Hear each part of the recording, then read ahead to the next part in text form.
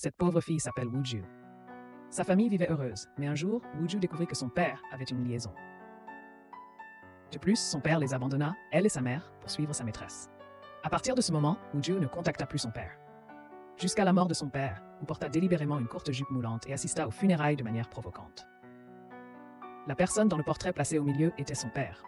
Aux funérailles de son père, Wooju mangea et but abondamment comme une folle, assise parmi les personnes en deuil. Les proches de son père, assis à proximité, la détestaient tous. On lui a reproché son manque d'éducation. Entendant cela, Wooju demanda à son critique si enfin il allait rembourser l'argent qu'il devait à sa mère. Une seule phrase a suffi à réduire au silence celui qui venait de la critiquer. Il était clair que Wooju considérait les lieux comme un restaurant et mangeait et buvait sans soucier de rien. Finalement, la belle-mère de Wooju, Hija, ne pouvait plus. Furieuse, elle alla rappeler à Wooju que si elle avait assez fait de bêtises, elle devait rentrer chez elle. Mais Wooju, sans gêne ni crainte, qualifia cette femme de deuxième épouse de son père. De plus, Wooju affirma que Hija avait volé le mari d'une de ses camarades de lycée et qu'elle devait avoir plus honte qu'elle. Autrefois, le père de Hija Wooju a abandonné sa femme et ses enfants, puis a saccagé la maison et emporté tout ce qui avait de la valeur. Le père de Wooju et cette femme se sont même embrassés devant la photo de famille, ce qui a tellement mis en colère la mère de Wooju qu'elle a lancé un pot de fleurs cassé pour exprimer son mécontentement. Mais la mère de Wooju ne leur a pas rendu la vie difficile, elle a seulement exprimé sa colère sur les plantes. Lorsque le père de Wooju emmenait Hija, il a croisé Wooju à la porte. Après quelques secondes de regard croisés, le père et la fille sont passés l'un à côté de l'autre. À ce moment-là, la main de Wooju était encore bandée. Cette blessure était également due au fait qu'elle avait découvert que son père avait une liaison, alors elle s'était précipitée après lui, ce qui avait conduit à la collision. Voyant Wooju venir semer le trouble, Hija était en colère et voulait lever la main pour la gifler, mais finalement elle s'est retenue et est partie. Comme ça, Wooju a mangé jusqu'à ne plus pouvoir avaler, puis a couru aux toilettes pour tout vomir. Alors qu'elle allait partir, elle a entendu ses tantes s'entretenir devant la porte des toilettes. Elles ont dit que son père venait de mourir et que Hija avait vendu la maison en son nom. En entendant cela, Wooju a réalisé qu'un événement important allait se produire. À ce moment-là, le frère cadet de Wooju a appelé et a dit que de nombreuses personnes avaient soudainement fait irruption dans leur maison et leur avaient demandé de déménager rapidement. Wooju pensait initialement pouvoir humilier Hija aujourd'hui, mais finalement, elle s'est encore fait avoir par cette femme. La maison que Hija a vendue était celle où Wooju et ses frères et sœurs avaient vécu pendant 20 ans. Hija a prévenu Wooju qu'après les funérailles, elle et ses frères et sœurs devaient déménager la semaine suivante, sinon Hija appellerait la police. En fait, Wooju et ses frères et sœurs étaient des enfants pitoyables. Ils étaient 3 à survivre ensemble. Bien que Wooju soit l'aînée des deux, elle s'occupait de sa sœur aînée et de son jeune frère comme une mère. Aujourd'hui, une femme en colère est venue à la banque où travaillait la sœur aînée de Wooju, Hee-sung. La femme lui a attrapé les cheveux et l'a traitée de maîtresse devant tout le monde. Il s'est avéré que Hee-sung avait été trompée par son petit ami. Elle ignorait qu'il avait une petite amie depuis 10 ans, sans pour autant avoir enregistré leur mariage. Hee-sung est restée immobile et a enduré sans aucune résistance. L'image de sa mère pleurant de douleur lorsque son père a eu une liaison était encore clairement gravée dans sa mémoire. Quiconque a été trahi souffre, Hee-sung comprenait donc les actes de cette femme. À ce moment-là, Wooju apparut. Froidement, elle se plaça entre Hee-sung et l'autre femme et déclara sèchement que sa sœur aînée ne contacterait plus cet homme. Si cette femme les voyait se contacter à nouveau, alors qu'elle vienne la trouver. Bien sûr, sa sœur aînée serait d'abord réglée par elle. Après avoir dit cela, Wooju laissa son numéro de téléphone à l'autre femme. Wooju et ses frères et sœurs avaient été mis à la porte, aussi aujourd'hui commençaient-ils à faire leur bagage. Durant les 20 années où ils étaient attachés à cet endroit, outre de nombreux biens, ce lieu recelait aussi beaucoup de leurs souvenirs. Mais même s'ils ne l'acceptaient pas, il n'y avait pas d'autre solution. Wooju regarda une dernière fois la porte de la maison avant de monter en voiture et de partir. Mais elle n'arrivait vraiment pas à ravaler sa colère. Elle n'a cessé d'interroger sa tante et a finalement découvert qu'avant le décès de son père, il avait transféré la maison à Hija. Il se disait que le fils de Hija, Dongjin, avait échoué aux enchères, si bien qu'il avait fait de nombreuses demandes de prêts auprès de plusieurs banques.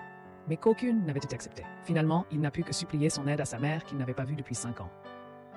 Après le décès du père de Dongjin, sa mère s'était remariée à plusieurs reprises. Dongjin ne pouvait pas l'accepter et s'est progressivement éloigné de sa mère. À ce moment-là, la tante de Wooju lui a donné la carte de visite de Dongjin. Selon la tante, Dongjin et Hija sont très différents. Dongjin est un homme droit, probablement parce que Dieu a des yeux et l'a créé pour réparer l'erreur de Hija qui a détruit la famille de quelqu'un d'autre. Mais Wooju ne croit pas ce que sa tante a dit. Si Dongjin était droit et bon, il n'aurait pas accepté cet argent. Il savait certainement d'où venait l'argent. Après tout, tel est le fils, telle est la mère. Comme Wooju voulait se rapprocher de Dongjin, elle est allée travailler dans sa société d'exposition comme assistante temporaire. Après le travail, elle a continué à suivre Dongjin jusqu'à son étage. Alors que Wooju cherchait le numéro de la maison de Dongjin sur la boîte aux lettres, il est apparu derrière elle et lui a donné son numéro de maison sans hésitation. En fait, Dongjin savait que Wooju le suivait, mais il n'a rien dit. Arrivé chez lui, il a pris l'ascenseur jusqu'au 2e étage, puis a rapidement descendu les escaliers pour prendre Wooju sur le fait. Wooju était un peu paniqué à ce moment-là. Dans de telles circonstances, la meilleure façon de se déguiser est de faire semblant d'être quelqu'un qui veut courtiser quelqu'un. Mais Dongjin a immédiatement réfuté cette possibilité car son expression était trop froide comme si elle était venue pour se disputer avec lui. Après avoir attrapé Wooju, Dongjin s'est dirigé vers l'ascenseur. Wooju s'approcha calmement de lui et s'excusa. Mais ses paroles étaient dénuées de sincérité. Voyant que Dongjin ne répondait pas, Wooju commença à sonder ses affaires personnelles. Elle demanda à Dongjin si la maison où il vivait était achetée ou louée. Elle parla si fort que Dongjin commença à s'agacer. Dongjin la mit en garde en lui disant qu'il ne dirait rien, laissant entendre qu'il espérait qu'elle se taise aussi. Wooju fit une pause, puis continua à le taquiner. Elle dit qu'elle pensait initialement que Dongjin était une personne déterminée et résolue, mais qu'elle ne s'attendait pas à ce qu'il soit une personne sombre et pleine de secrets. Le lendemain, Wooju est retournée dans son ancienne maison pour se promener, puis est allée au supermarché faire des courses. En payant, elle a croisé Dongjin. Ils se sont salués. Dongjin lui a demandé si elle habitait dans le quartier. Wooju a répondu qu'elle venait de ménager car on l'avait mise dehors de sa maison, qui avait été vendue depuis. Après avoir dit cela, Wooju regarda Dongjin avec impatience. S'il continuait à lui poser des questions curieuses, elle lui raconterait certainement toutes les mauvaises actions de sa mère. Cependant, Dongjin n'a pas posé d'autres questions. Il ne s'intéressait pas aux affaires des autres. Un jour au travail, Wooju surprit ses collègues en train de discuter de la rancune entre Dongjin et le représentant Shin. Certains disaient que Dongjin avait démissionné et était parti de son propre chef. Non seulement Dongjin avait emporté de nombreux documents importants de l'agence de Shin, mais il avait aussi pris les avoirs du représentant Shin. Ces paroles renforcèrent encore la conviction de Wooju que Dongjin et Hija étaient du même acabit. C'étaient des gens froids et sans vergogne qui prenaient plaisir à s'approprier les biens d'autrui. Le lendemain, des documents confidentiels de la société de Dongjin ont fuité et une partie des documents de l'exposition a été divulguée en ligne. Comme les documents divulgués ont été envoyés depuis l'ordinateur de Kanmisu, il est naturellement devenu le principal suspect. Mais son supérieur, Jungmin, avait une grande confiance en sa loyauté.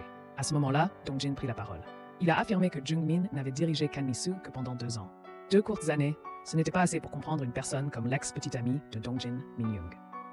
Même si les deux avaient été amoureux pendant de nombreuses années, Dongjin avait tout de même été cruellement abandonné. Plus tard, une employée a témoigné et a déclaré avoir vu Wooju se faufiler dans l'entreprise la nuit dernière. Avant cela, Wooju avait demandé à l'employé le nom de la société du représentant Shin. De plus, Wooju s'était discrètement placé derrière Kanmisu lorsqu'il a entré le mot de passe de l'ordinateur. Pensant à la rivalité entre le représentant Shin et Dongjin, Sun-woo soupçonnait Wooju d'être une espionne envoyée par le représentant Shin. Le fait d'être ainsi faussement accusé attrista un peu Wooju. Bien qu'elle détestait beaucoup Dongjin, quelle que soit sa haine, elle ne pouvait pas tout lui prendre. Mais la fuite de documents cette fois n'était vraiment pas son fait. Hier soir, Wooju est venue à la société et a copié cette partie du document, mais elle ne l'a envoyé à personne. Après réflexion, Dongjin décida de licencier Wooju. Wooju rit froidement et dit sans détour que Dongjin trompait tout le monde. Plutôt que d'être trahi par une employée qui travaillait avec lui depuis de nombreuses années, il préférait blâmer une employée temporaire comme elle. Ce qui serait moins douloureux. Ce que Wooju a dit était vrai, car Dongjin savait très bien qu'il fuyait simplement la vérité. Alors il a choisi une issue qu'il pouvait accepter. Ce soir-là, Wooju buvait seule dans un bar lorsqu'elle a vu Dongjin rentrer chez lui. Ivre, elle lui a de nouveau expliqué. Même si elle n'était pas une personne appréciée de tous, si elle l'avait fait, elle n'éluderait pas ses responsabilités. Cette fois, ce n'était vraiment pas parce qu'elle avait divulgué les documents, mais Dongjin ne lui a pas répondu. Wooju s'est énervée de son attitude arrogante, alors elle l'a insulté dans son dos. Elle a dit que lui et sa mère étaient tous les deux de mauvaises personnes, mais la froideur de Dongjin n'était pas ce que Wooju pensait. En vérité, Dongjin n'était pas très doué pour communiquer avec les étrangers. Le lendemain, il se rendit donc à la salle de sécurité de l'immeuble de la société pour vérifier les images de la caméra du parking souterrain le jour de la fuite des documents. Finalement, il découvrit qu'une voiture était sortie du bâtiment très tard cette nuit-là. Dongjin retrouva le propriétaire de la voiture, c'était Jungmin. Ce jour-là, Dongjin s'assit pour examiner le CV de Wooju. L'auto-présentation qu'elle avait écrite était très mignonne. Elle n'était pas comme les autres candidats. Elle disait détester ne pas pouvoir écrire toutes les choses les plus glorieuses de sa vie dans ce petit espace vide. Ce qu'elle écrivait reflétait sa personnalité, ce qui donnait aux gens une impression d'extrême sincérité. Dongjin demanda à Wooju de le rencontrer dehors et il voulait la réengager dans l'entreprise. Alors que Wooju réfléchissait, non loin de là, un homme en colère s'approcha et s'apprêtait à frapper Dongjin. Elle poussa l'homme au sol pour le protéger. Elle ressemblait à un lionceau en colère. Wooju n'était pas du genre à céder aux autres. Elle a appris à Dongjin que s'il restait immobile lorsqu'il était attaqué par les autres, personne ne le féliciterait pour sa gentillesse, mais se moquerait de lui pour sa stupidité. Si cet homme s'est adressé à Dongjin, c'est parce que sa femme l'avait récemment trahi. Dans un accès de colère, il s'est confié à Dongjin, car tout le monde savait que Dongjin ne révélerait pas les secrets des autres aussi facilement. Mais peu de temps après que l'infidélité de la femme soit devenue publique, il était certain que Dongjin l'avait dit à quelqu'un d'autre. En réalité, ce n'était pas Dongjin, mais il a tout de même choisi de se taire. Il n'a rien expliqué et a simplement écouté l'homme en silence. Récemment, l'entreprise de Dongjin a subi une fuite de documents internes. L'enquête a révélé que la fuite provenait de Zheng Min. Dongjin en a informé Sun Woo, qui a été extrêmement surpris car Zheng Min semblait très honnête. Après la fuite des documents, Zheng Min a même déclaré que c'était sa faute et qu'il assumait l'entière responsabilité. Incroyablement, tout n'était qu'un jeu d'acteur. Comparé à la surprise de Sun Woo, Dongjin semblait beaucoup plus calme. Sa mère s'étant mariée 4 fois, chaque remariage était pour Dongjin une trahison. 4 fois, c'était assez pour le rendre si fort. De l'autre côté, la vérité sur la fuite interne a été révélée. Wooju a accepté de retourner à l'entreprise avec Dongjin pour continuer à travailler. Le lendemain matin, elle s'est habillée et s'est préparée à aller travailler. En sortant de l'ascenseur à l'entreprise, Wooju a vu Dongjin l'attendre. Il lui a demandé de venir à son bureau plus tard. À l'heure du rendez-vous, Wooju est entrée dans le bureau de Dongjin et a trouvé Zheng Min à l'intérieur. Elle a deviné que Dongjin n'avait pas encore dénoncé Zheng Min et elle a pensé qu'il avait d'autres plans. Effectivement, Dongjin a annoncé à Zheng Min qu'il avait rappelé Wooju à l'entreprise et qu'il allait la transférer dans son service commercial. Après l'annonce, Dongjin a demandé à Zheng Min de sortir. Il a dit à Wooju qu'il avait réfléchi et qu'il ne dénoncerait pas Zheng Min pour le moment, afin d'éviter qu'une seconde Zheng Min n'apparaisse dans l'entreprise. Le représentant Shin était une personne difficile à gérer, donc s'il échouait cette fois, il continuerait à planifier de nombreuses autres fois.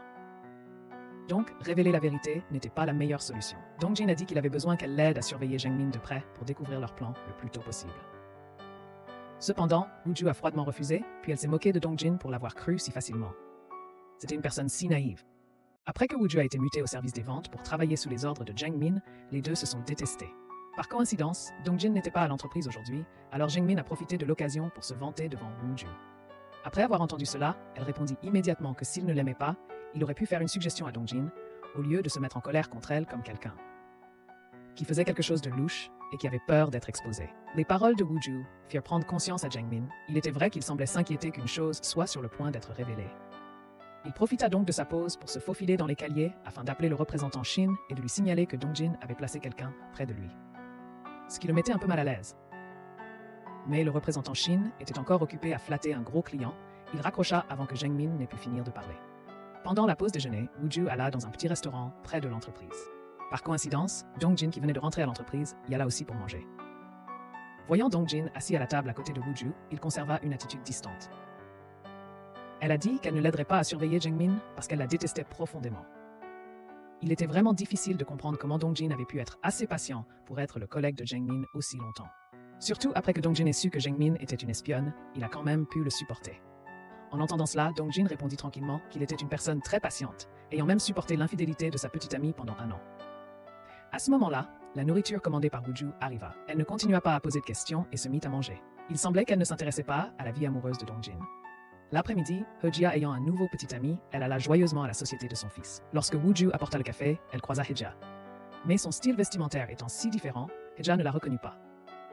L'apparence de Hejia déclencha colère et tristesse dans le cœur de Wooju. Elle se souvint que petite, elle avait vu de ses propres yeux son père et cette femme sortir de l'hôtel. Alors, elle prit frénétiquement un raccourci pour arrêter la voiture de son père et fut heurtée. Elle pleura et demanda à son père pourquoi il avait choisi Hejia. Hejia était clairement une amie de sa mère.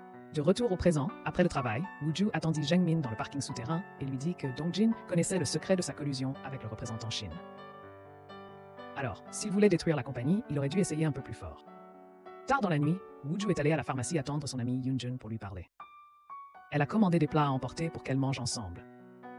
Pendant le repas, elle a raconté à Yoonjun sa rencontre avec la mère de Dongjin ce jour-là. Wooju trouvait ça très drôle. Les funérailles de son père venaient de se dérouler il n'y a pas longtemps et cette femme avait déjà retrouvé le sourire.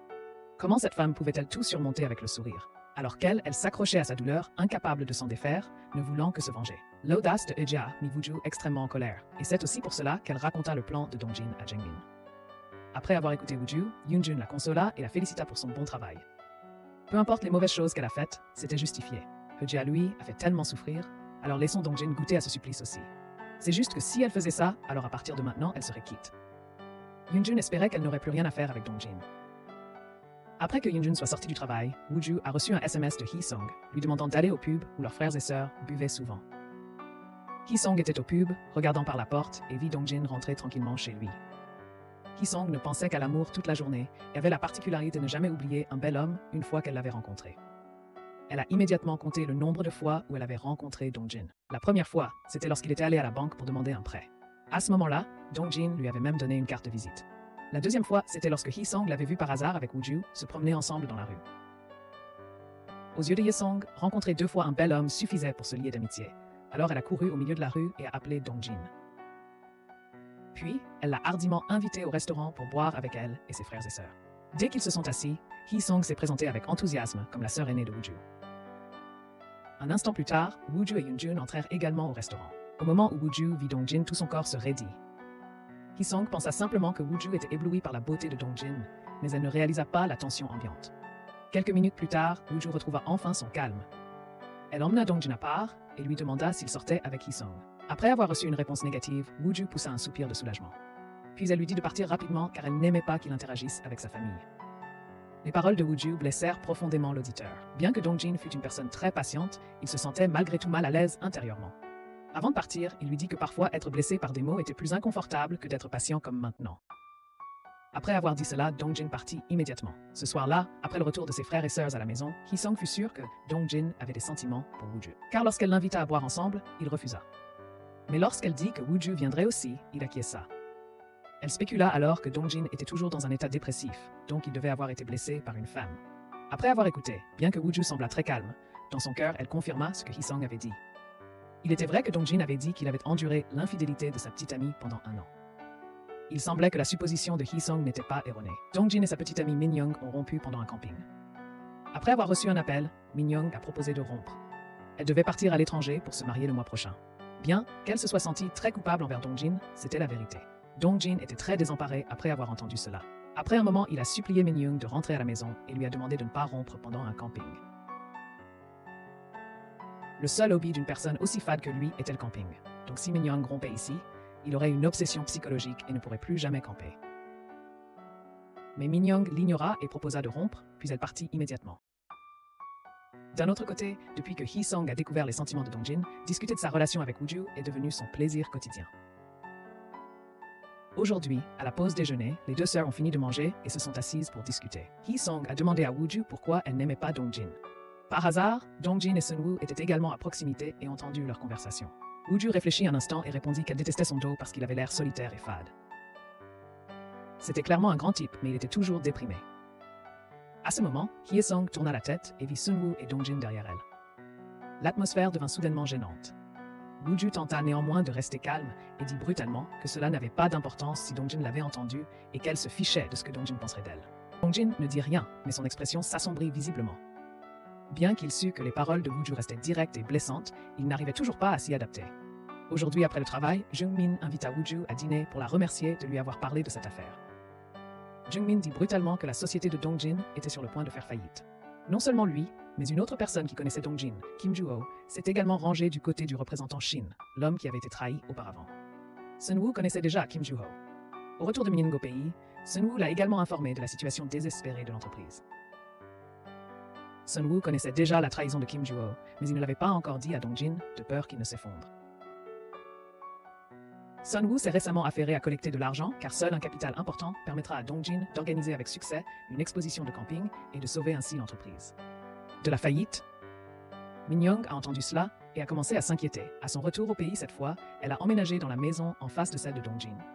Chaque fois qu'elle était ivre, elle avait pour habitude de frapper à sa porte. C'est pourquoi Dongjin s'est plusieurs fois plaint d'elle. Son instinct disait à Min-young qu'elle lui manquait, mais sa raison lui rappelait qu'elle l'avait blessée auparavant et qu'elle ne méritait donc pas de se présenter devant lui. Le lendemain, Wooju est allée travailler à la société.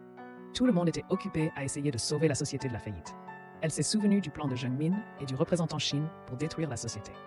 Afin de prouver qu'ils avaient suivi la mauvaise personne, Wooju est allé au bureau de Dongjin. Mais aujourd'hui, il n'était pas à la société, il était venu demander de l'aide à Kim Joo-ho. Effectivement, il a dû rentrer chez lui déçu, mais il n'a ressenti aucune colère, car il était habitué depuis longtemps à la trahison. Cependant, en retournant à la société, il a vu Min-young dans le hall. Cette rencontre l'a mis extrêmement mal à l'aise. Le bonheur d'avant revenait sans cesse dans son esprit. Il a prévenu Min-young de ne plus jamais se présenter devant lui. Min Young hocha la tête d'un air hésitant, mais finit par lui dire qu'elle avait emménagé dans la maison en face de la sienne. Ce soir-là, Dongjin s'est saoulé et a repensé à son amour pour Min Young. Ils s'étaient aimés pendant 7 ans. Dongjin a subi son adultère pendant 1 an, mais finalement, il a reçu son faire-part de mariage. Cette fin tragique a fait sentir à Dongjin que sa vie ne valait rien. Plongé dans ses pensées, il a traversé la rue en titubant. À ce moment-là, une voiture fonçait. Heureusement, dans un moment de danger, Wooju l'a ramené à temps. Il s'est avéré que Wooju avait vu la rencontre entre Dongjin et Min Young ce jour-là. Voyant son malaise et son évitement, elle a deviné que la femme était son ex-petite amie qui avait abandonné Dongjin. Inquiète, elle l'a suivi et a pu le sauver à temps. Après l'avoir tiré sur le trottoir, Wooju était vraiment en colère. Wooju a crié et lui a demandé pourquoi il avait enduré l'infidélité de sa petite amie pendant 1 an. Il aurait dû rompre avec elle immédiatement après l'avoir découvert. Mais Dongjin fixe Wooju d'un regard ivre sans répondre. Le voyant ainsi, Wooju trouva cela encore plus inacceptable. Wooju se plaignit qu'il n'ait pas vengé Min Young et ne l'ait pas ruiné car cela aurait été mieux que de se ruiner lui-même. La colère de Wooju fit légèrement revenir Dongjin à la raison. Les deux allèrent à la pharmacie. Wooju lui procura des fournitures médicales, puis elle lui dit de soigner sa blessure. Ils s'assirent sur 2 bancs différents. Wooju n'avait toujours pas renoncé à se venger de l'ex-petite amie de Dongjin. Elle a dit sans embâche que si elle recevait l'invitation de mariage de son amant et d'une autre, elle ferait certainement un scandale à leur mariage. Si elle était blessée par quelqu'un, cette personne ne pourrait pas être en paix. Dongjin lui a simplement demandé ce qui se passerait après avoir causé des problèmes. Après avoir exprimé sa colère et savouré le plaisir de la vengeance, la douleur augmenterait de jour en jour. Finalement, celle qui serait blessée serait toujours elle-même. Il valait donc mieux faire comme si on ne voyait rien. Les paroles de Dongjin ont rappelé à Wooju son apparition aux funérailles de son père. Mais elle ne le regrettait pas et insistait sur le fait que c'était à cause des idées de Dongjin qu'il avait été plusieurs fois victime de harcèlement. Le complot de Jungmin était clairement exposé sous ses yeux. Mais il a quand même enduré et n'a rien dit, parce que Wooju l'avait révélé à Dongjin la nuit dernière. Jungmin collaborait maintenant avec quelqu'un d'autre pour saboter secrètement l'exposition de camping qu'il avait préparée. Avec tant d'efforts, avec Sunwoo. Le lendemain, Dongjin et Sunwoo sont donc allés partout négocier avec les marques participant à l'exposition. Bien qu'il ne sache pas comment Wooju connaissait cette information privilégiée, son intuition lui disait que Wooju n'était pas une mauvaise personne. Après une dure journée de travail, il semblait que chaque entreprise tournait le dos à son entreprise, comme elle l'avait dit. Il semblait que le représentant Shin avait prévu de les saboter depuis le début. La nuit tombait, alors Dongjin et Sunwoo sont rentrés chez eux. Ils étaient tous les deux très fatigués aujourd'hui. Non seulement il y avait un problème de travail, mais ils ne pouvaient pas rentrer chez lui. Comme Min Young habitait juste en face, Dongjin se sentait mal à l'aise, alors il a décidé de rester à l'hôtel cette nuit-là. Le lendemain, Dongjin et Sunwoo ne sont pas allés travailler, mais ont continué à rencontrer les marques participants au salon. Finalement, une société de bonne volonté leur a parlé. Il n'y a pas longtemps, quelqu'un est allé dire que les marques participant au salon devraient abandonner l'exposition de Dongjin. Pour autant qu'elles participent au salon du représentant Shin, elles seraient exemptées de certaines dépenses.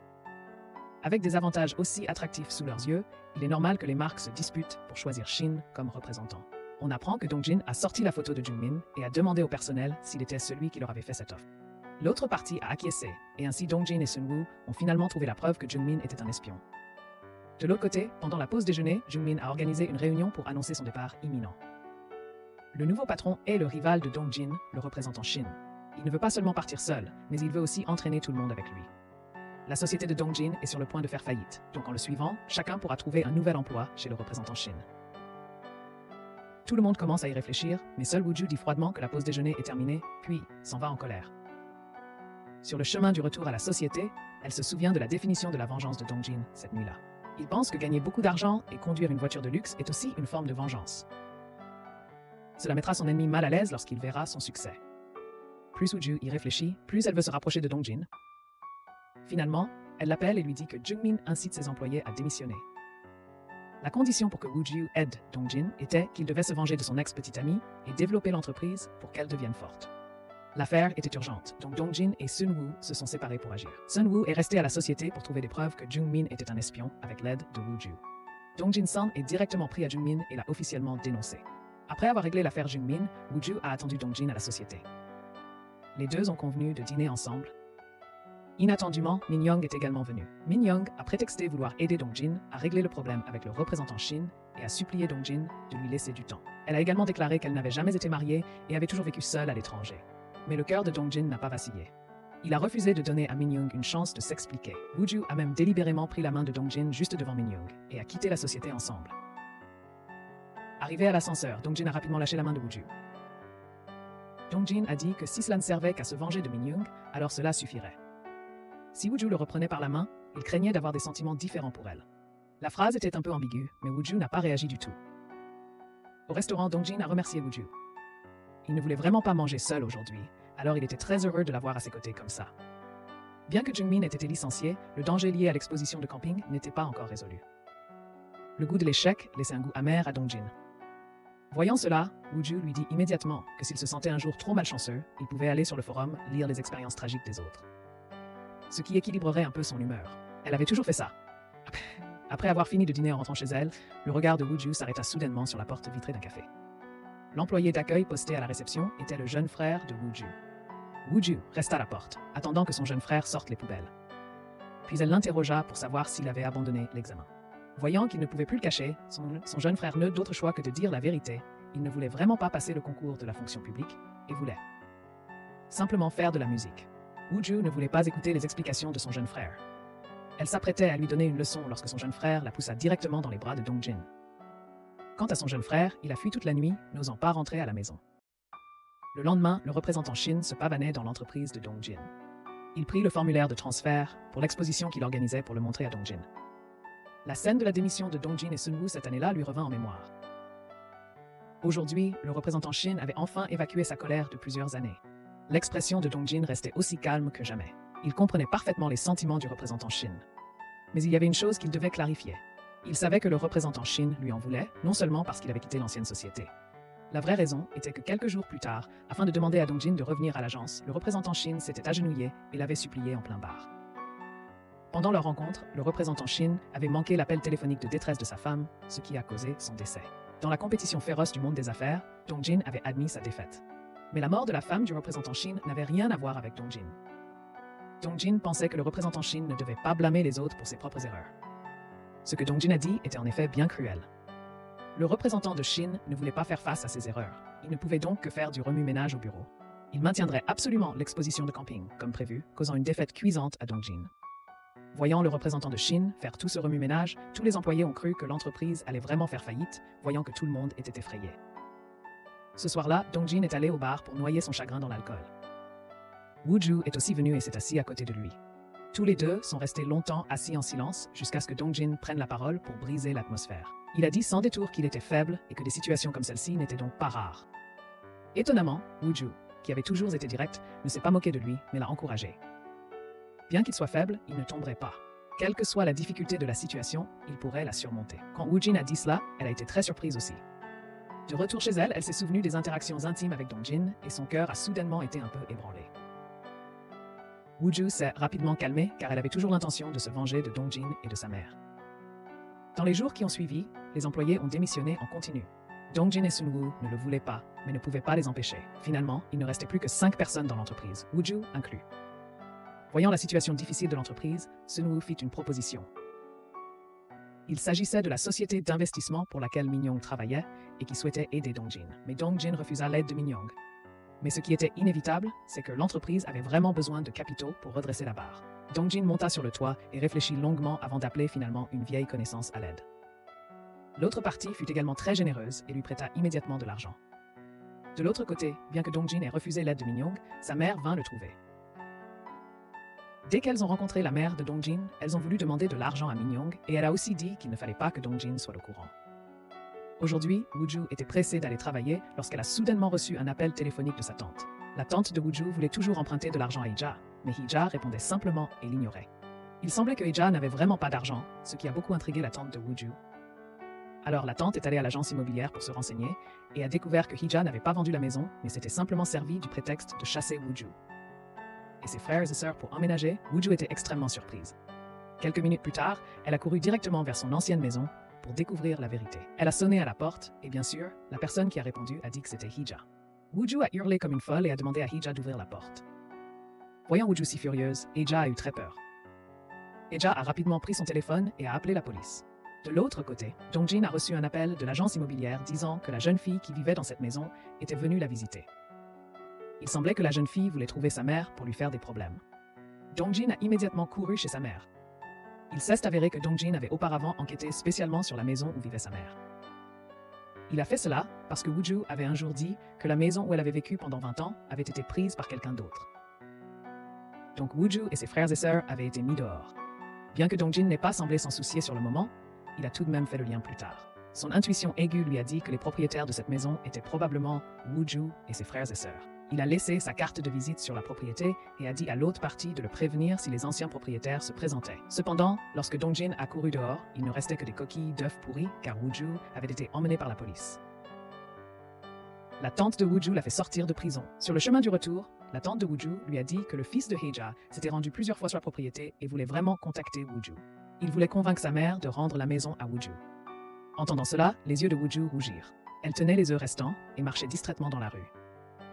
Wooju disparut toute une journée et ne réapparut que tard dans la nuit sous l'appartement de Dongjin. La personne qu'elle voulait attendre était Minyoung. Wooju s'approcha d'elle sans hésitation et la traita de mauvaise femme. Si Minyoung avait encore un peu de dignité, elle aurait dû s'en aller immédiatement car sa présence obligeait Dongjin à toujours dormir à l'hôtel. Mais Minyoung ne répondit pas directement, mais demanda le nom de Wooju. Après que les deux eurent appris leurs noms respectifs, Minyoung invita Wooju à boire un verre. Bien que Wooju ignorât les plans de Minyoung, il n'avait jamais eu peur auparavant.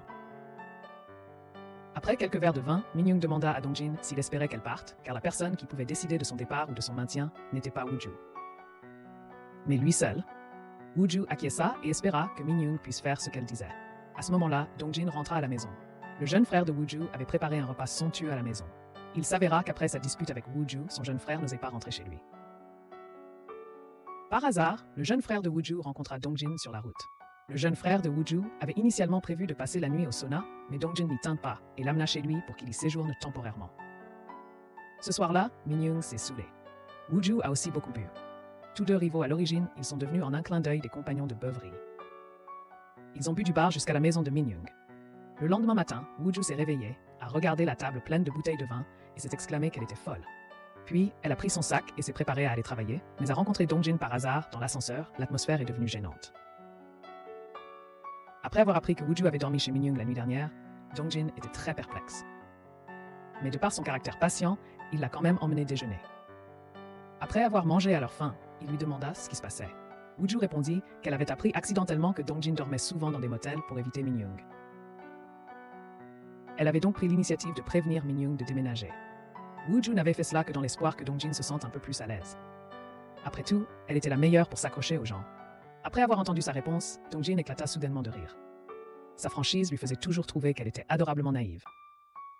Tard dans la nuit, lorsque Dongjin sortit du travail et passa devant le magasin de fruits et qu'il demanda s'il voulait manger quelque chose, le frère cadet de Wooju répondit n'importe quoi, puis lui demanda de rentrer à la maison pour manger. L'humeur de Dongjin s'est soudainement améliorée. L'arrivée du jeune frère de Wooju a rendu la maison vide un peu plus vivante. Dans l'ascenseur, Dongjin a rencontré Minyoung à nouveau. Il lui a dit qu'elle n'avait pas besoin de déménager parce que quoi qu'elle fasse, maintenant, il ne ressentirait plus rien. Cela signifiait qu'il avait complètement lâché prise. Même s'ils étaient très proches, leur cœur était à des kilomètres de distance. Minyoung a perdu confiance et n'avait plus que de l'entêtement au cœur. Elle a décidé de dire la vérité à Dongjin. Ce soir, elle a sonné à la porte de Dongjin, mais c'est le frère cadet de Wooju qui lui a ouvert. Mais il n'avait ouvert que légèrement la porte lorsque Minyoung, dehors, l'a stoppé. Elle ne voulait pas faire face à Dongjin, alors elle a dit qu'elle allait partir. À l'époque, alors que les deux étaient encore amoureux, la mère de Dongjin avait pris rendez-vous en privé avec Minyoung. Après quelques rencontres, Minyoung a compris que Heija n'était pas une bonne personne. Mais la mère de Dongjin et Dongjin ne sont pas la même personne, donc peu importe le genre de personne que sa mère est vraiment, du moment que Dongjin traite bien Minyoung. Elle ne prêtera pas trop attention à sa famille. Mais la réaction de Dongjin a été trop froide. Quand il a appris que sa mère était venue la trouver, il a eu une attitude extrêmement négative envers leur avenir. Dongjin ne parla plus du mariage, comme si sa mère était une humiliation pour lui. Finalement, Minyoung, furieuse, a menti en disant qu'elle allait se marier avec quelqu'un d'autre pour se venger de Dongjin. Minyoung a exprimé tous ses sentiments et est rentrée chez elle, laissant le jeune frère de Wooju complètement déconcerté et ignorant ce qui s'était passé. Plus tard, au retour de Dongjin, le jeune frère de Wooju lui a dit que la voisine était venue le voir la veille, mais Dongjin n'avait pas l'intention de lui prêter attention. Après avoir parlé à Dongjin, le jeune frère de Wooju est sorti travailler comme d'habitude. Il a vu Wooju ivre au loin, alors il a immédiatement envoyé un SMS à Cho Dongjin pour qu'il s'occupe d'elle. Il n'y a pas longtemps, Yoonjun a rappelé une fois de plus à Wooju qu'elle ne devait pas tomber amoureuse du fils de son ennemi. Wooju l'a inconsciemment nié, mais après l'avoir dit, elle a réalisé qu'elle ne pouvait même pas se convaincre elle-même. Il était clair qu'elle avait des sentiments pour Dongjin. Comparé à l'échec de sa vengeance, tomber amoureuse du fils de son ennemi semblait plus désespérée. Après avoir bu, Woo-ju s'est retrouvée en bas chez Dong-jin. Dong-jin est rapidement descendu pour emmener Woo-ju se promener afin qu'elle se dépêche de désosialer. Ils se sont assis devant le dépanneur. Woo-ju a dit qu'elle avait pratiqué le tir à l'arc pendant de nombreuses années. Elle était aussi une étoile brillante dans le monde du sport, mais à cause d'une collision, elle s'est blessée à l'épaule, faisant disparaître complètement son aura. Le plus triste, c'est que la collision n'était pas un accident, mais qu'elle avait percuté la voiture de son père. À cette époque, Woo-ju découvrit que son père avait une liaison, alors elle prit l'initiative de percuter la voiture de son père. C'était sa façon de rappeler à son père qu'elle connaissait ses mauvaises actions et qu'elle voulait qu'il répare les choses. Mais avec le temps, Woo-ju réalisa que ce qu'elle avait fait cette année-là était en fait juste pour blesser son père. Elle voulait le faire vivre dans le péché pour le restant de ses jours. Woo-ju savait que son moi intérieur était extrême et colérique, ayant même une tendance masochiste, alors elle supplia Dong-jin de ne pas l'aimer. Tant qu'il n'était pas ému, elle pouvait régler le reste. Après avoir écouté, Dong-jin voulut dire quelque chose, mais n'eut pas le courage. Alors finalement, il ne dit rien, car il n'était pas sûr de ce qu'elle voulait exprimer. Après quelques jours de réflexion, Woo-ju décida de ne plus continuer à se venger de Dong-jin. Elle s'est rendue à l'agence immobilière et a demandé au responsable de dire à Dong-jin que sa famille avait décidé de renoncer à la maison et de déménager ailleurs. Et que toute sa famille vivrait heureusement, espérant qu'il ne s'inquiéterait pas. Après cela, Woo-ju a continué à travailler à la société de Dong-jin, mais elle n'a plus aucun contact personnel avec lui et est restée seule comme avant. À chaque réunion de l'entreprise, elle était absente. Woo-ju avait changé son attention et s'était concentrée sur la vie de sa famille. Aujourd'hui, après la réunion, Sun-woo a demandé à Dong-jin pourquoi il ne sortait pas avec Woo-ju. D'après l'observation de Sun-woo, pendant cette période, Dong-jin et Woo-ju étaient souvent seuls ensemble et parlaient parfois de sujets qui ne ressemblaient pas à des discussions professionnelles. Entre collègues, les yeux de Dong-jin suivaient parfois Woo-ju, un regard rempli d'émotions complexes. Sun-woo pensait que Dong-jin devait être tombé amoureux de Woo-ju. Dong-jin réfléchit puis répondit. Il confirma avoir été réellement touché par Woo-ju. Mais alors, le coup de foudre est toujours heureux, mais la direction du développement et la fin sont complètement différentes. Au départ de Min-young, Dong-jin s'était promis de ne plus jamais se laisser blesser par l'amour. Le soir, de retour chez lui, il rencontra Min-young en bas de chez lui. Min-young le serra fortement dans ses bras. Cette scène fut fortuitement surprise par le représentant Shin. Récemment, à cause de l'exposition sur le camping, il cherchait Min-young pour discuter d'un partenariat d'investissement. Maintenant, peut-être que Min-young et Dong-jin étaient du même côté. Ils s'alliaient pour s'occuper de lui. Le représentant Shin était furieux et s'apprêtait à intervenir pour se battre avec les deux lorsque Woo-ju est soudainement apparu et l'a arrêté. Il s'est avéré que, juste avant, grâce aux informations de Yoon-jun, Woo-ju avait retrouvé son jeune frère qui travaillait à mi-temps dans un restaurant. Elle a adopté une attitude parentale digne et lui a ordonné de rentrer à la maison avec elle. Son jeune frère est retourné à contre-cœur chez Dong-jin pour faire ses bagages. Après avoir marché un moment, Woo-ju a trouvé quelque chose d'étrange et a demandé qui était le colocataire de son jeune frère. Quand Woo-ju a appris que son petit frère vivait chez Dong-jin, elle a ressenti une légère déception. Elle a dit à son petit frère de rentrer chez lui afin qu'elle puisse s'occuper des bagages. Woo-ju s'est rendue seule chez Dong-jin. Elle a vu Min-young ivre en train de fouiller les chaussures de Dong-jin en bas. Woo-ju a senti qu'il serait malvenu de se montrer maintenant, elle s'apprêtait donc à faire demi-tour. Mais inopinément, le représentant Shin arrivait avec une expression de colère et l'intention de faire des problèmes. Elle s'est immédiatement précipitée pour le bloquer jusqu'à ce que Dong-jin et Min-young partent. Après le retour de Dong-jin chez lui, il a reçu un message d'adieu du frère de Woo-ju. Le garçon a remercié Dong-jin de l'avoir laissé rester. Sa sœur viendrait l'aider à faire ses bagages le lendemain. Après avoir lu le message, Dong-jin a appelé Woo-ju sans hésiter. Mais quand Woo-ju a vu son appel, elle n'a pas décroché. Dong-jin n'a toujours pas abandonné. Il lui a envoyé plusieurs autres messages pour lui demander de le rencontrer. Mais il a attendu jusqu'au moment de se coucher avant de recevoir sa réponse. Woo-ju se sentait très fatiguée. Elle a poliment décliné l'invitation de Dong-jin. Comme ça, Woo-ju et ses frères et sœurs sont retournés vivre ensemble chez Yoon-jun. Woo-ju continuait à travailler comme d'habitude, mais elle recevait des appels de Jung-min. Elle savait que c'était forcément le représentant Shin qui avait demandé à l'autre partie d'appeler pour clarifier si elle et Dong-jin étaient amis ou ennemis. Mais Woo-ju ne répondait jamais au téléphone. Elle n'avait aucune obligation de s'expliquer auprès de ces gens. Aujourd'hui, à la société, depuis que Sun-woo a révélé le béguin de Dong-jin pour Woo-ju, il les observait souvent tous les deux. Pendant la réunion, il a vu Woo-ju fixer Dong-jin du regard, alors il a fait un signe de tête joyeux. En ami sincère, il espérait que Dong-jin puisse sortir avec quelqu'un, tomber amoureux et retrouver sa jeunesse. Pendant la pause, Woo-ju ne supporta plus le harcèlement de Jung-min. Elle dut se réfugier dans un coin désert pour le rappeler, lui disant qu'elle ne savait rien et lui demandant de ne plus l'appeler. De son côté, la société du représentant Shin faisait face à de sérieux risques financiers. Premièrement, pour vaincre Dong-jin, il avait abaissé tous les coûts des expositions, causant d'importantes pertes à l'entreprise. Min-young, qui avait accepté d'investir, avait disparu. Le représentant Shin n'eut d'autre choix que d'attendre en bas de l'immeuble où vivait Min Young. Il la rencontra enfin lorsqu'elle descendit pour jeter les ordures.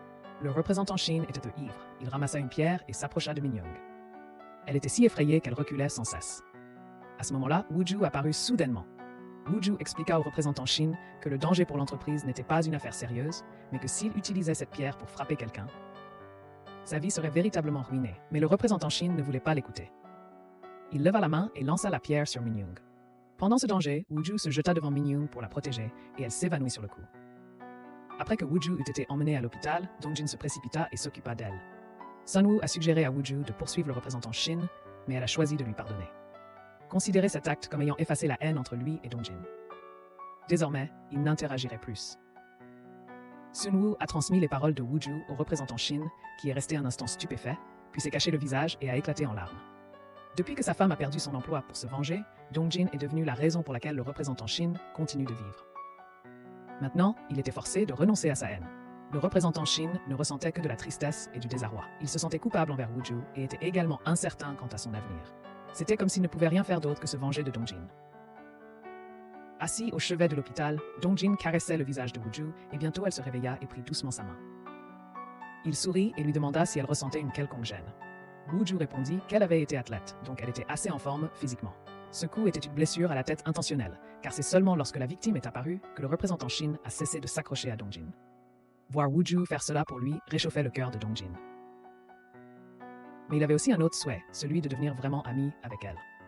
Il pouvait parler et rire de sujets normaux au lieu de s'éviter. Après avoir écouté, Woo-ju hocha la tête docilement. Ceci fut considéré comme le premier pas pour que tous les deux deviennent officiellement amis. Le représentant Shin, ne pouvant supporter la perte financière, annula son exposition. Kim Joo, qui avait précédemment choisi de collaborer avec lui, ne put rien faire. Kim Jun-ho ne put donc que retourner voir Dong-jin pour coopérer. Mais lorsque Kim Joo arriva à la société, Dong-jin invita délibérément Woo-ju à déjeuner.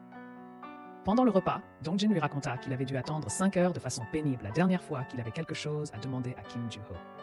Mais finalement, Kim Jun-ho l'évita toujours et choisit de collaborer avec le représentant Shin. Il gardait donc secrètement cette rancœur en tête. C'était le meilleur moment pour se venger. Après avoir écouté, Woo-ju jeta un coup d'œil à sa montre et lui rappela qu'il restait encore un peu de temps avant la fin des 5 heures. Après le repas, les deux eurent encore le temps de boire un café puis de rentrer tranquillement à la société. Dong-jin se sentait très à l'aise avec Woo-ju.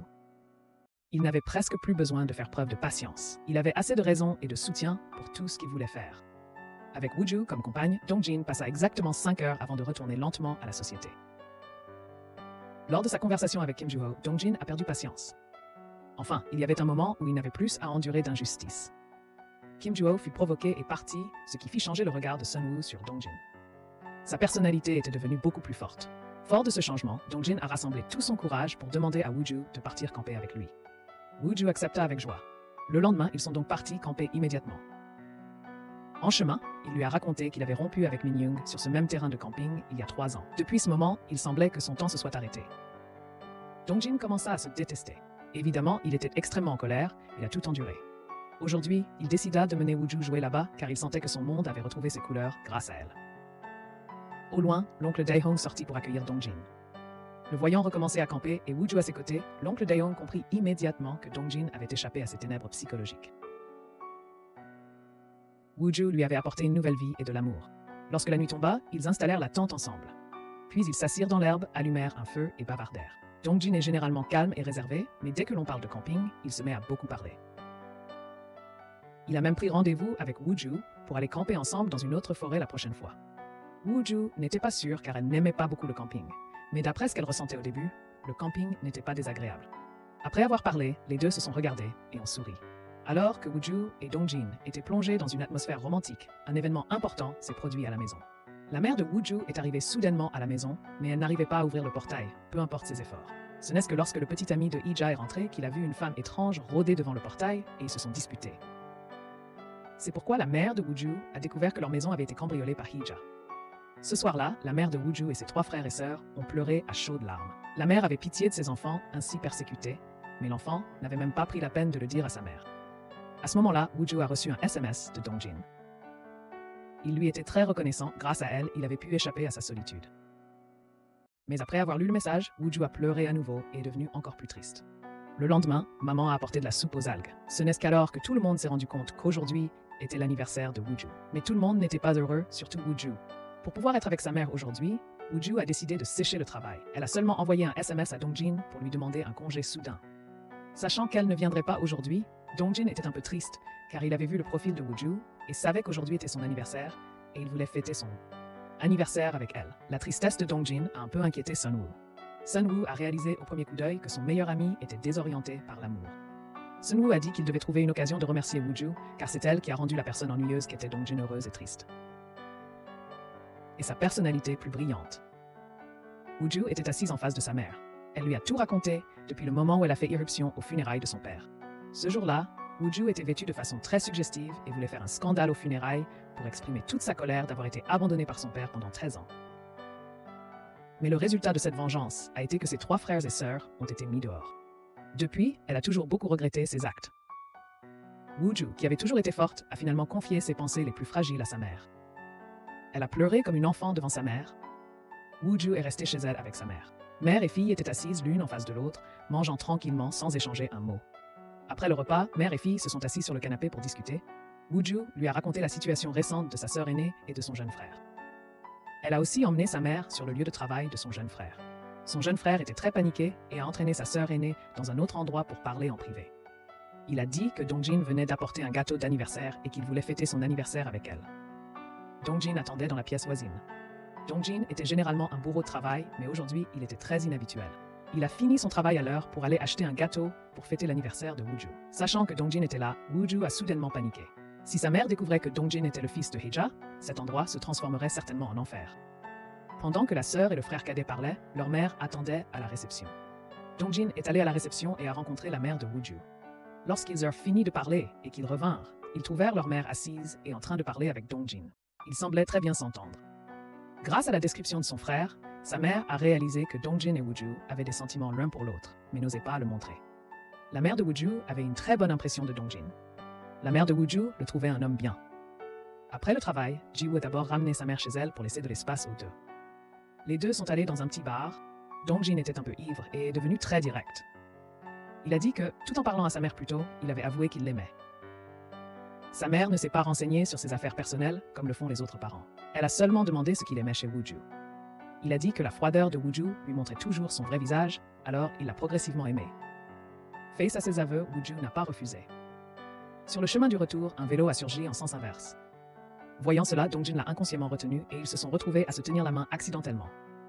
Ce soir-là, Sunwoo est resté faire des heures supplémentaires à la société. Jungmin est également venu à la société. Après l'arrestation du représentant Shin, la nouvelle de la trahison de Jungmin envers la société s'est répandue dans toute l'industrie, si bien que personne n'osait l'embaucher.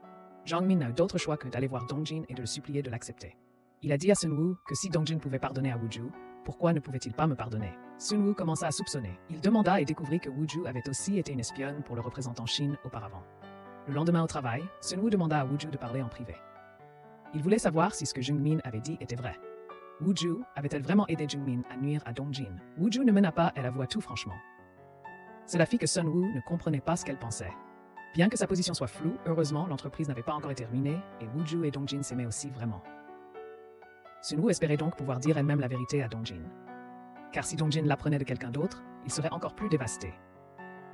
Ce soir-là, Wooju est allé dîner chez Dongjin. Après avoir mangé, les deux ont discuté. Dongjin a mentionné l'oncle Daehong au camping. Cet homme était celui qui avait épousé sa mère et était aussi le premier homme en dehors de son père biologique qu'il avait appelé papa. Après cela, sa mère s'est remariée à nouveau. Dongjin a lui aussi traversé une vie difficile. Et non, sa mère était la source de tout son malheur. Sa mère était aussi une faiblesse qu'il avait du mal à surmonter. Il voulait le cacher à tous, seulement ainsi pouvait-il vivre honnêtement. Mais il était toujours trahi par les autres. Dongjin lui a confié qu'il voulait sérieusement sortir avec Wooju. Après avoir parlé, il s'est tourné vers Wooju, le cœur plein de pensées. Il lui a demandé si elle voulait passer la nuit. Après avoir écouté, Wooju a hoché la tête et accepté de rester chez Dongjin. Son corps tremblait sans cesse. Elle appela immédiatement sa sœur aînée. À cet instant, une folie la submergeait, mais elle gardait toute sa lucidité. Elle savait parfaitement que sa décision était une chute, mais l'hormone de l'amour la rendait incapable de résister. Yesung ne comprenait pas ce qui se passait. Elle savait seulement que Wooju ne rentrerait probablement pas ce soir. Elle accepta donc d'aider Wooju à trouver une excuse pour gérer sa mère. Wooju et Dongjin ont bu et parlé. Leurs sentiments étaient si intenses que tous deux s'embrassèrent passionnément et restèrent enlacés toute la nuit.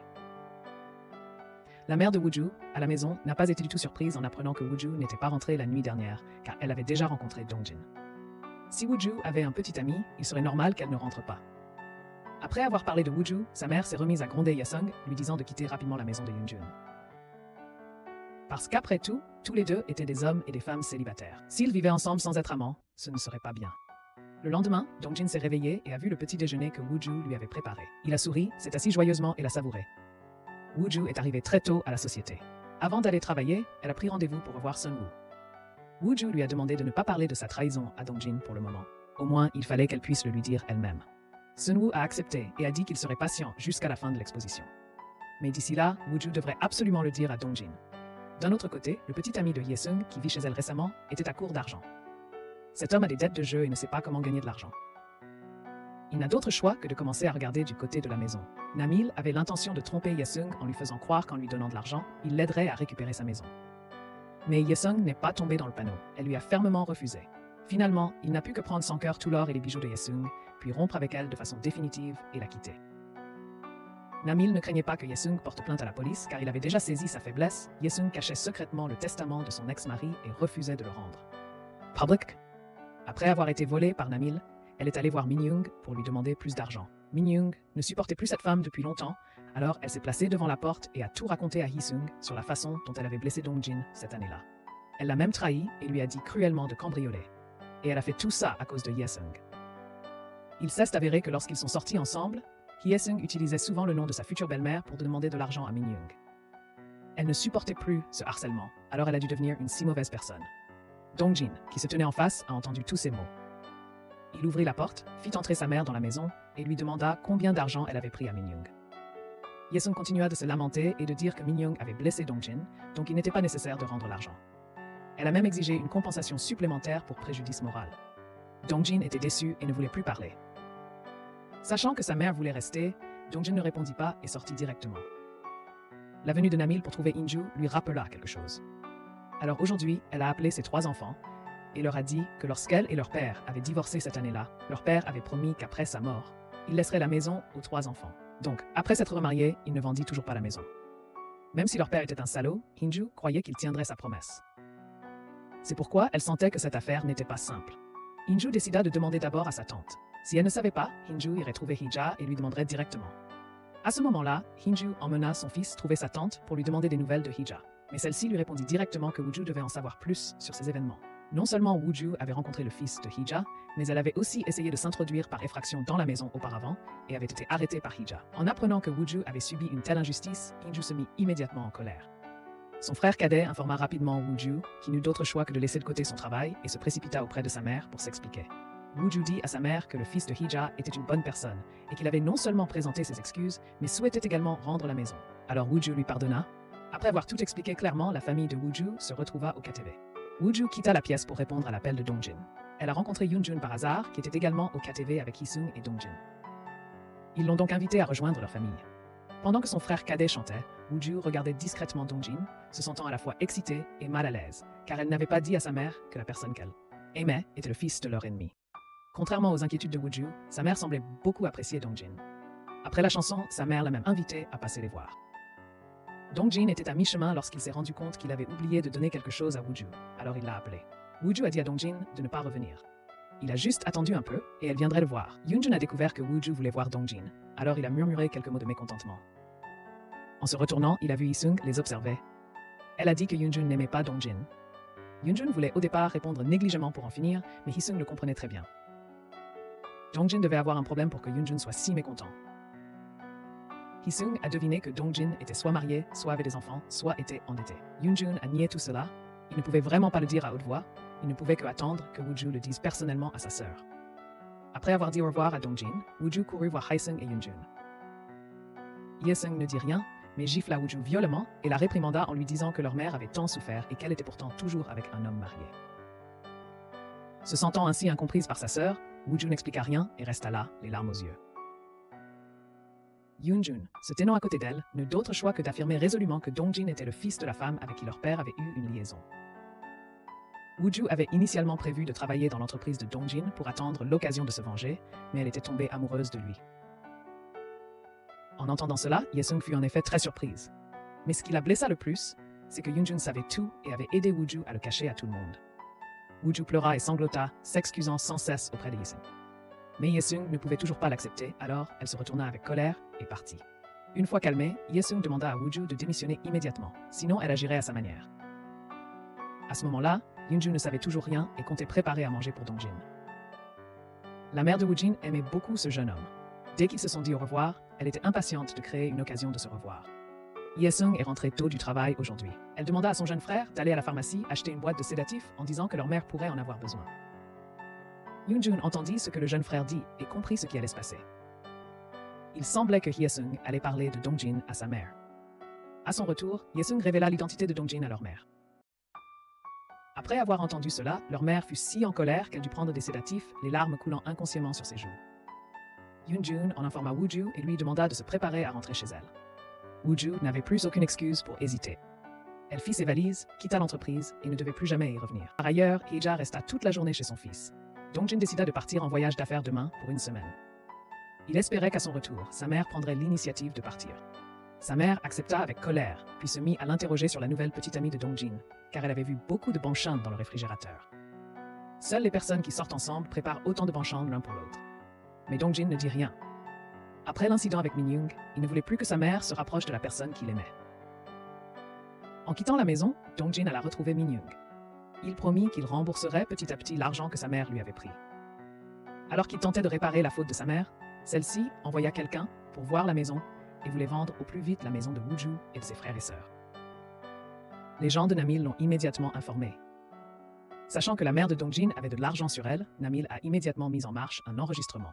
C'était un enregistrement d'un précédent appel téléphonique entre les deux personnes. Il s'est avéré qu'avant la mort du père de Wooju, il avait laissé un testament léguant la maison à ses 3 enfants.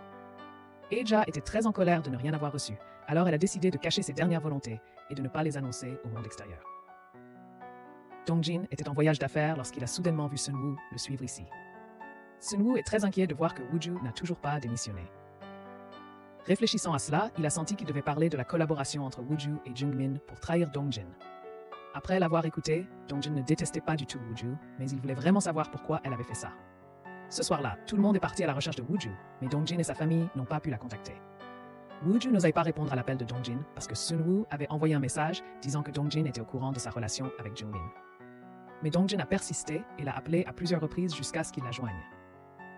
Sa première phrase n'était pas pour interroger Wooju, mais pour s'enquérir de son lieu.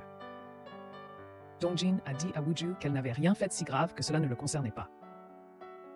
Voyant sa tolérance, Wooju a pleuré encore plus tristement, alors elle a décidé de révéler son secret. Le lieu de leur rencontre était devant la maison. Wooju lui a parlé de la liaison entre son père et Heja. Cet endroit était la maison de Wooju jusqu'à ce que sa mère la lui prenne. À partir de ce moment, Wooju a voulu se venger de Dongjin, mais elle a découvert qu'il était différent de sa mère. C'était une personne douce et gentille. En apprenant que Dongjin l'avait embrassé, non seulement il ne s'est pas soucié d'avoir été trompé par Wooju, mais il a aussi senti qu'il lui devait beaucoup pour ce que sa mère avait fait. Wooju a pleuré dans les bras de Dongjin. Elle a dit que sa famille connaissait déjà son identité, donc peut-être qu'ils ne pourraient plus se revoir. Dongjin n'a rien dit. Il savait que sa mère avait causé de graves dommages à la famille de Wooju. Il n'avait vraiment pas le droit de continuer à rester à ses côtés. Après l'avoir embrassé, il se retourna silencieusement et partit. Le lendemain, Dongjin ne s'est pas rendu à la société, mais s'est rendu à cette maison pour trouver sa mère. Mais elle n'était pas là. Par l'intermédiaire de l'agent immobilier, Dongjin a appris que sa mère avait rapidement vendu la maison à bas prix. À ce moment-là, Sunwoo a appelé Dongjin pour qu'il se rende à la société afin de s'occuper du contrat. Dongjin réfléchit un instant, puis n'eut d'autre choix que de se lever et de retourner à la société. L'entreprise organiserait bientôt une exposition. Pendant ce temps, bien que le corps de Dongjin travaillait, ses pensées vagabondaient encore autour de Wooju et de cette maison. C'est pourquoi Dongjin, qui n'avait jamais pris un jour de congé de toute l'année, demanda un congé dès la fin de l'exposition. Il avait besoin d'une semaine pour régler ses problèmes. Sunwoo pensait qu'il était contrarié par la trahison de Wooju, mais Dongjin secoua la tête. Il dit brutalement qu'il comprenait très bien les actions de Wooju. Elle n'a rien fait de mal. Après avoir quitté l'entreprise de Dongjin, Wooju retourna travailler à la pharmacie. Le temps est revenu à la soirée où Wooju et Dongjin ont été honnêtes l'un avec l'autre. De retour à la maison, Wooju a longuement parlé à sa mère. Yoonju a dit qu'elle ne pardonnerait pas à Heja et qu'elle n'accepterait pas Dongjin non plus. Le coupable restait coupable. Wooju hocha la tête et a promis qu'elle ne reverrait plus Dongjin. Alors la vie semblait être revenue à la normale, mais elle est encore plus silencieuse et plus distante que par le passé. Yesung n'était pas à la maison toute la journée. Elle était occupée à chercher une maison pour s'éloigner de chez Yoonjun. Wooju était également silencieuse et calme. Elle avait prévu de démissionner de son travail à la pharmacie. Pendant les vacances, Dongjin est retourné au camping. Il se remémorait chaque détail de ce qui s'était passé entre lui et Wooju lors de leur précédent séjour au camping. C'était un événement récent, mais en y repensant, cela semblait appartenir à une autre vie. Lorsque Dongjin arriva à la petite maison en bois de l'oncle Daehong, il s'apprêtait à sortir. Voyant Dongjin, Daehong s'assit et discuta avec lui un moment. Daehong lui dit que quelques jours auparavant, Yeja était venue une fois pour demander la lettre qu'elle avait laissée ici auparavant. Daehong ignorait ses intentions. Il répondit donc qu'il l'avait détruite.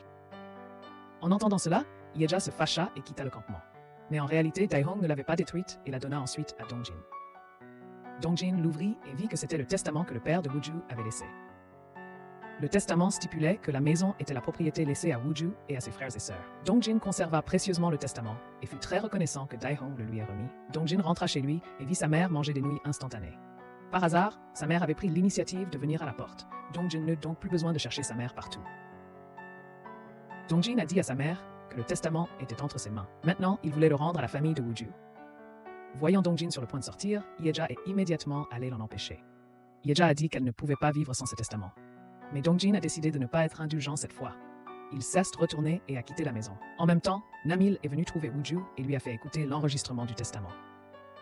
Yeja avait appelé Namil auparavant pour parler du testament. Elle était tellement en colère qu'elle était folle. Inopinément, avant sa mort, son ex-mari a tout de même voulu laisser la maison à ses enfants. Sachant que son père avait laissé un testament, elle a immédiatement demandé à Namil où il se trouvait. Mais il voulait seulement inciter Wooju à aller au commissariat pour dénoncer Yeja et se venger d'elle. Mais en réalité, il ne savait pas où était le testament. Après avoir appris la vérité, Yeja avait caché le testament pour s'approprier la maison, Wooju ne s'est pas précipité pour appeler la police pour récupérer la maison. Mais a plutôt réfléchi du point de vue de Dongjin. Wooju a appelé sa mère et lui a dit que même s'il n'avait pas cette maison, il vivrait quand même très heureux. Mais si Yeja n'avait pas de maison, cela risquerait d'affecter la vie de Dongjin. Dongjin avait un jour déclaré que sa mère était la personne dont il voulait être le plus éloigné possible. Wooju ne voulait pas qu'il soit impliqué dans cette affaire. Elle espérait que Dongjin serait plus heureux que quiconque. Après avoir prononcé ces mots, Wooju raccrocha sans attendre la réponse de sa mère. Mais Dongjin, qui se tenait non loin de là, entendit clairement ce qu'elle avait dit. Ses yeux étaient remplis de gratitude, car Wooju avait eu la gentillesse de penser à lui. Un instant plus tard, Dongjin s'approcha, glissa le testament dans la main de Wooju et lui demanda de ramener toute la famille dans cette maison. Car seul le bonheur de Wooju le rendrait heureux. Sous la pression de Dongjin, Wooju rapporta le testament à la maison et révéla la vérité à Hyesung et à son jeune frère ce soir-là. En regardant le testament de son père, Hyesung fondit en larmes. Elle détestait profondément son père et avait toujours voulu se venger. Bien que Hyesung ne soit pas aussi forte et courageuse que Wooju pour se précipiter dans la voiture, elle avait secrètement décidé d'attendre que son père soit vieux et faible et qu'il le worm, ait besoin de ses enfants pour s'occuper de lui. Alors, elle serait la première à l'abandonner froidement. Mais maintenant, toute sa haine avait soudainement disparu. Après avoir pleuré, Hyesung demanda à Wooju ce qu'elle comptait faire ensuite, mais elle ne savait pas quoi faire non plus. Le lendemain, les deux sœurs sont allées avec Yoonjun trouver un avocat. L'avocat estimait que si Hee-ja ne souhaitait pas se réconcilier et restituer la maison, il pourrait la poursuivre en justice. Après avoir appelé, Dongjin a envoyé un message à Wooju pour prendre rendez-vous ce soir. Dongjin est retourné à la société aujourd'hui et a tout raconté à Sunwoo de ce qui s'était passé entre lui et Wooju. Sunwoo ne savait que dire. Il trouvait seulement que Wooju et Dongjin étaient tous deux des personnes pathétiques. Dongjin a décidé de démissionner car il voulait utiliser son argent de retraite et ses actions pour compenser la rupture de contrat concernant la vente de la maison de sa mère. Dongjin était auparavant allé trouver l'acheteur de cette maison. Il a dit que la maison était liée au testament et qu'il y avait beaucoup d'autres problèmes non résolus. L'acheteur a accepté de renoncer à la maison, mais selon le contrat, Dongjin devait payer les pénalités correspondantes pour rupture de contrat. Dongjin n'a pas objecté et a silencieusement assumé la dette. Ce soir-là, Dongjin et Wooju ont convenu de se rencontrer dans un restaurant de nuit. Ils ont mangé et discuté. Dongjin a dit qu'il conseillerait à sa mère de se réconcilier. Si sa mère était déterminée à ne pas rendre la maison, Wooju pourrait la poursuivre en justice comme l'avait dit l'avocat. Dongjin n'avait pas d'opinion et ne ferait rien pour aider sa mère. Le lendemain, Yoonju est venue trouver Hee-ja. Elle a dit à Hee-ja qu'elle voyait en Dongjin un homme gentil et solitaire. Elle lui pardonnerait tout, pourvu que Hee-ja parte tranquillement, elle n'irait pas au poste de police pour la poursuivre. Yoonju trouvait qu'elle avait été assez indulgente, mais Hee-ja restait insensée et refusait de revenir à la raison. Hee-ja ne comprenait vraiment pas pourquoi Yoonju était si clémente envers Dongjin. Elle pensait même que toute la famille de Wooju le harcelait. Yoonju ne dit plus rien et partit. Dès qu'elle sortit, Yoonju croisa Dongjin. Elle lui dit brutalement qu'elle ne voulait pas avoir affaire à la justice et espérait que Dongjin ferait de son mieux pour cela. Bien que la famille de Wooju ait accepté de laisser partir Hee-ja, Namil s'est rendu directement au commissariat pour porter plainte. Il a accusé Hee-ja d'avoir secrètement caché le testament et a remis l'enregistrement. Ainsi, la police a rapidement appelé Hee-ja et lui a demandé de se rendre au commissariat pour coopérer à l'enquête. Ce n'est qu'alors qu'Hee-ja a ressenti des remords.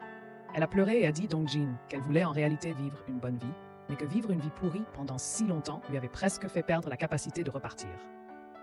À zéro, Dong-jin l'a simplement réconfortée en lui disant qu'aussi longtemps qu'elle était déterminée, il était toujours possible de revenir en arrière. Après avoir réglé la question de la maison, Yoon-ju a voulu inviter Dong-jin à déjeuner chez elle pour commencer la réconciliation. Le jour où il est venu chez Woo-ju en invité, Dong-jin a spécialement acheté un bouquet de fleurs et l'a apporté. Dès qu'il atteignit la porte, il vit Woo-ju qui l'attendait depuis longtemps. Pour éviter l'atmosphère gênante à table, Woo-ju fit partir tout le monde, laissant Dong-jin et sa mère assis l'un en face de l'autre. Yoon-ju tenait toujours beaucoup à Dong-jin et l'aimait profondément. Elle lui dit que s'il voulait manger un certain banchan, il n'avait qu'à le lui dire. Elle le cuisinerait et le lui apporterait chez lui. Voyant qu'elle prenait autant soin de lui, Dong-jin se sentit un peu coupable. Après avoir mangé, Dong-jin et Woo-ju se rencontrèrent. Woo-ju voulait initialement parler avec Yoon, mais elle ne put le dire à haute voix. Alors, elle demanda à Dong-jin de lui laisser un peu plus de temps. La situation judiciaire de Hee-ja n'était pas optimiste pour le moment. Nami l'a directement accusé Hee-ja. La meilleure solution était d'obtenir une lettre de pardon de Woo-ju et de ses frères et sœurs. Hee-ja savait que c'était difficile, mais elle a quand même décidé d'essayer. Elle n'a pu trouver que la tante de Woo-ju pour lui demander son numéro de téléphone. Au début, la tante de Woo-ju ne s'en souciait pas, mais Hee-ja a continué à la chercher pendant des jours, alors elle n'a eu d'autre choix que de signaler à Woo-ju. Woo-ju y a réfléchi longtemps et a finalement décidé d'aller au magasin de sa tante. Hee-ja a regardé Woo-ju longtemps, puis elle s'est souvenue qu'elle avait rencontré Woo-ju dans l'entreprise de Dong-jin. De plus, Woo-ju était la deuxième fille venue aux funérailles pour semer le trouble. Hee-ja fut vraiment surprise. Elle mit tout bout à bout et fut sûre que c'était l'œuvre de Woo-ju. Pour se venger, Woo-ju a postulé à la société de Dong-jin, lui faisant tout perdre. Woo-ju ne dit pas grand-chose à Hee-ja. Elle dit seulement que je vous enverrai une lettre de pardon. Mais cela ne signifiait ni pardon ni réconciliation. Simplement parce que Woo-ju aimait Dong-jin, elle espérait que désormais sa mère pourrait bien vivre. Hee-ja avait entendu cela et connaissait les sentiments entre Woo-ju et Dong-jin. Le soir, Hee-ja est retourné chez Dong-jin et a demandé à son fils s'il aimait aussi Woo-ju. Dong-jin hocha la tête et dit qu'après avoir rencontré Woo-ju, il avait compris le mot bonheur pour la première fois. Les paroles de son fils étouffèrent Hee-ja. Elle n'avait jamais imaginé que la douleur que son fils avait dû endurer toute sa vie à ses côtés serait apaisée par la fille de son ennemi. Hee-ja rentra finalement chez elle, et Woo-ju et ses sœurs allaient bientôt retourner dans leur ancienne maison. Avant de déménager, Woo-ju demanda à Dong-jin de venir au camping. Les deux se confièrent à l'ombre d'un arbre et racontèrent leurs changements depuis leur rencontre. Dong-jin remercia Woo-ju de lui avoir apporté un amour plus grand que celui de quiconque, un amour si immense qu'il avait changé sa vie. Désormais, il ne serait plus triste. Il vivrait une vie véritablement intéressante. Au moment des adieux, les deux hommes s'embrassèrent longuement. Bien que Woo-ju n'ait pas prononcé le mot rupture finalement, Dong-jin savait que ce retour en arrière signifiait une longue séparation. Ils ne se reverraient peut-être pas avant très longtemps. Une année passa très vite. La trajectoire de vie de chacun changea. Hae-sung et Yoon-jun sont devenus amants. Leur relation était stable et ils se préparaient au mariage. Après la démission de Dong-jin, Sun-woo a invité Min-young à prendre sa place. Cette invitation n'était pas seulement professionnelle, mais aussi motivée par ses sentiments personnels. En fait, il avait toujours secrètement aimé Min-young. Si elle retournait à la société, il pourrait être avec la personne qu'il aimait. Woo-ju travaillait toujours dans le secteur des expositions et entretenait toujours des relations avec ses anciens collègues, mais personne ne savait où était passé Dong-jin. En passant près de l'endroit où ils allaient souvent, Woo-ju ralentissait toujours inconsciemment. Elle espérait se retourner et voir Dong-jin. Mais ses collègues avaient appris qu'après sa démission, Dong-jin avait vendu sa maison ici et s'était installé ailleurs. Or, en réalité, Dong-jin ne s'était installé nulle part, car il avait acheté un mobil-home et avait passé l'année précédente à voyager. Aujourd'hui, il était de retour à Séoul pour revoir un vieil ami. Dong-jin avait délibérément choisi le restaurant de nouilles qu'il fréquentait souvent avec Woo-ju, espérant la rencontrer par hasard. Mais même après avoir terminé son repas, il ne l'avait toujours pas vue. Mais il ne s'était pas pour autant découragé. Il était beaucoup plus ouvert maintenant. Il pouvait se moquer de nombreux regrets, car il y avait beaucoup de choses dans la vie qui valaient la peine d'être chères. Les paysages de la montagne, la pluie légère au crépuscule, tout cela était des joies de la vie. Le frère cadet de Woo-ju aimait toujours beaucoup Dong-jin et restait souvent en contact avec lui. Hae-sung a aussi progressivement compris. Si même sa mère ne détestait pas Dong-jin et lui envoyait des pensions, alors Woo-ju n'aurait plus à se sentir accablé. Pour l'instant, seule Woo-ju était encore confuse. Peut-être que tout irait bien si elle pouvait simplement rencontrer Dong-jin. Son frère cadet a découvert que Dong-jin était à Séoul, alors il a décidé d'aider sa sœur aînée à trouver le bonheur. Le lendemain, il avait une représentation sur le pont, il a donc invité Dong-jin et Woo-ju à venir la regarder ensemble. Son jeune frère a dit à Woo-ju que les chances que Dong-jin apparaisse étaient de 50%, donc quel que soit le résultat, elle devait venir. Le jour de la représentation, Dong-jin est arrivé le premier sur les lieux. Voyant que le jeune frère de Woo-ju n'était pas encore monté sur scène, il se retournait et est parti. Peu de temps après que ce fut le tour du jeune frère de Wooju de se produire, Wooju est également arrivé. Wooju se tenait en bas, écoutant son jeune frère chanter, lorsque Dongjin est soudainement revenu avec des fleurs fraîches à la main. Après s'être regardés longuement, tous deux se sont mis à rire. Finalement, le bonheur leur était arrivé. Le film se termine ici. Merci pour votre attention. Vous êtes notre motivation pour réaliser de si belles vidéos. Au revoir et à bientôt dans les prochaines vidéos.